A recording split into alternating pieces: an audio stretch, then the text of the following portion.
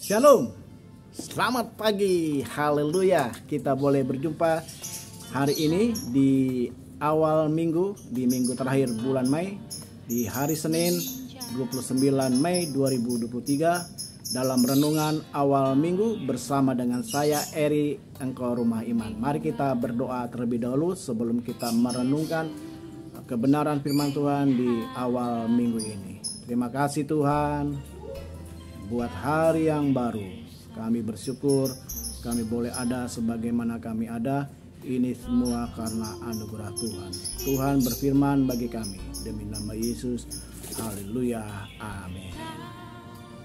Baru saja kemarin kita merayakan hari Pentakosta. Pentakosta itu artinya 50. Jadi kemarin itu adalah hari yang ke-50 setelah Yesus bangkit.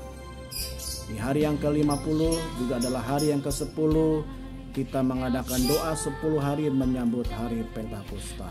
Ketika Tuhan menyampaikan pesannya di dalam Kisah Para Rasul 1 ayat 4 dan 5 untuk murid-muridnya tidak boleh meninggalkan Yerusalem. Lalu ketika mereka menyaksikan Yesus terangkat kembali ke surga, murid-murid Tuhan melakukan apa yang diperintahkan oleh Tuhan Yesus untuk mereka berkumpul. Waktu mereka berkumpul, entah ada pertanyaan, ada protes atau tidak, tetapi saya membayangkan ya kalau saya jadi murid, saya akan bertanya-tanya, kenapa harus di Yerusalem? Kenapa tidak boleh meninggalkan Yerusalem? Ya, sampai kapan ya saya harus menunggu penggenapan janji Tuhan? Ya sudah barang tentu tidak ada jawaban yang didapat. Toh waktu hari yang ke-10 mereka berdoa dan terjadi lawatan Tuhan, pencurahan Roh Kudus, mereka pun tidak tahu itu akan terjadi di hari yang ke-10. Mungkin ada yang berpikir di hari pertama terjadi penggenapan. Lalu karena tidak terjadi, mungkin hari yang kedua. Karena tidak terjadi, mungkin hari yang ketiga, sampai akhirnya hari yang ke-9. Dan saya yakin mereka akan bertanya-tanya, ini udah hari yang ke-9, kita ngumpul-kumpul, nggak ada kerjaan, ya kumpul di sini, sementara tidak tahu kapan ya terjadi penggenapan janji Tuhan.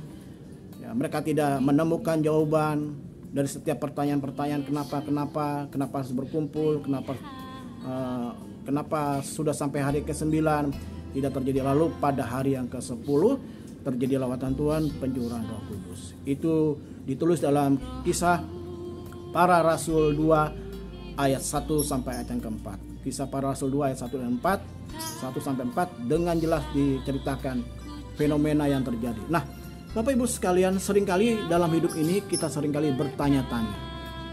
Dan seringkali pertanyaan kita tidak menemukan jawaban. Tapi saya ingin katakan, kita nggak perlu protes, kita nggak perlu bertanya-tanya lalu memaksa untuk mendapatkan jawaban.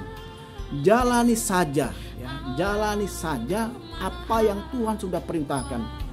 Nanti di satu titik dalam perjalanan akhirnya kita menemukan jawaban dari setiap pertanyaan. Waktu murid-murid Tuhan disuruh untuk tidak meninggalkan Yerusalem dan mereka harus berkumpul, saya pertanyaan mereka juga mungkin ada yang mau protes, ada yang bertanya-tanya, tapi kemudian mereka jalankan saja sampai di hari yang ke-10 mereka menemukan jawaban. Sama seperti kisah Nuh, ya, kisah dalam di kitab Kejadian, ya.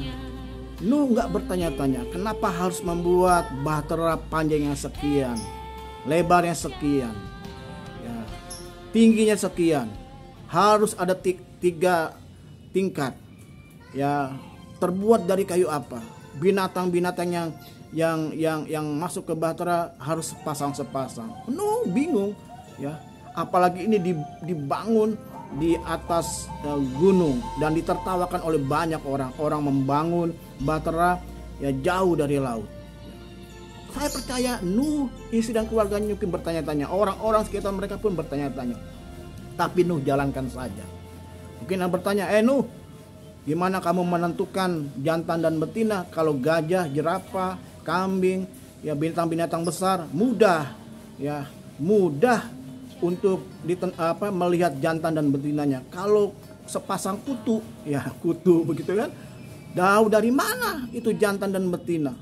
Nyamuk tahu dari mana jantan dan betina? Tapi Nuh tetap jalankan. Ya, akhirnya Tuhan menjawab.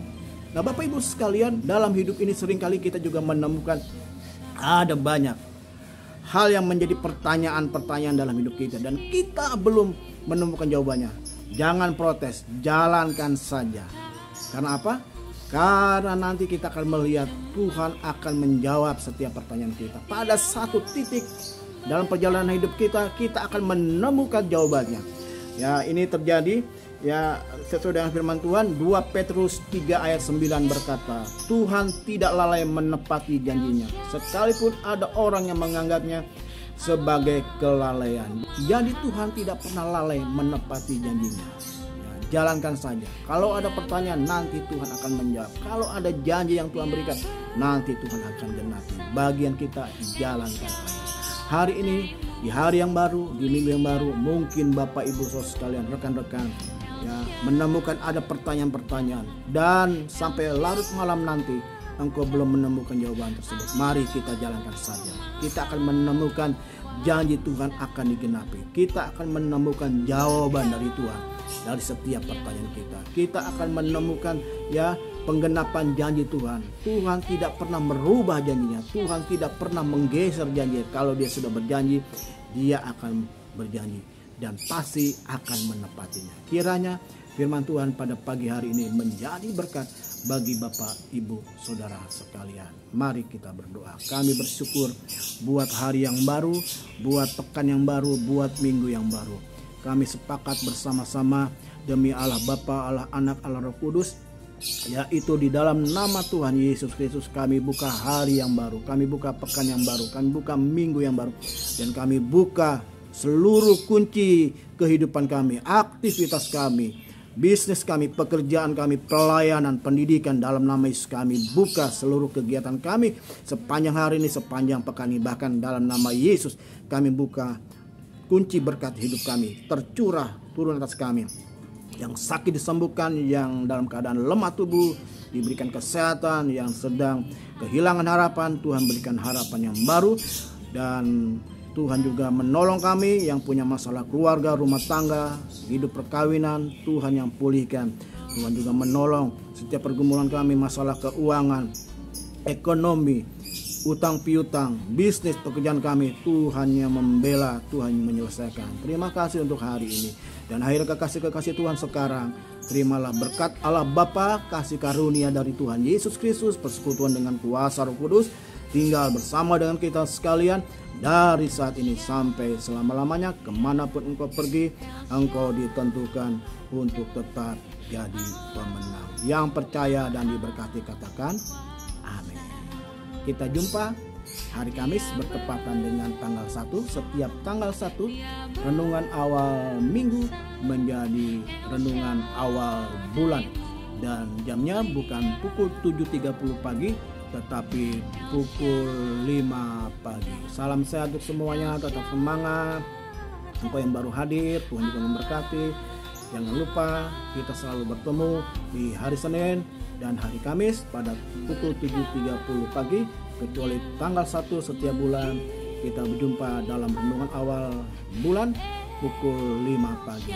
Dimanapun engkau berada, engkau yang berada di luar kota, di luar daerah, di luar pulau, di luar negeri, dimanapun engkau berada, engkau diberkati dan Tuhan buat engkau sukses. Salam.